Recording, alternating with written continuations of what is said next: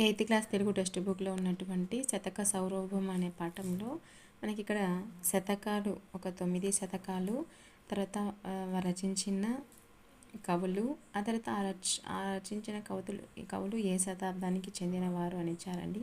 మనకు ఇంతకు ముందు ఉన్న టెక్స్ట్ బుక్కి ఈ టెక్స్ట్ బుక్ కంపారిజన్ చూసినట్లయితే చాలా వరకు శతక కవులు అనేటివి మారాయి. ఇక్కడ చూడండి, మనకు ఫస్ట్ వచ్చేసి గరికపాటి మల్లవాధాని 19వ శతాబ్దానికి చెందినవారండి. విద్యార్థి శతకం మారద వెంకయ్య 17వ శతాబ్దం భాస్కర శతకం. ఇది భాస్కర శతకం గురించి అందరికి తెలిసినటువంటి వారే.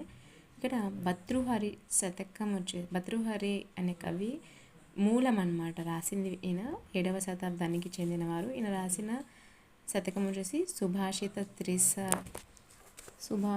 త్రిశతి.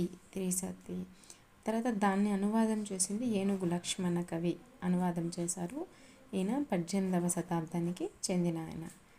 ఆ తర్వాత మనకు ఈయన దాని అనువాదంగా ఏం పేరు రాశారంటే సుభాషిత రత్నావళి.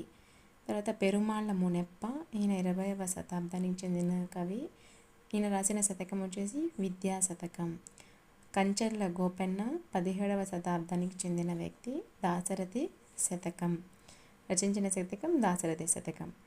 మాచిరాజు శివరామరాజు 20వ శతాబ్దానికి చెందిన వ్యక్తి. రాసిన శతకం వచ్చేసి మనుల మూట శతకం.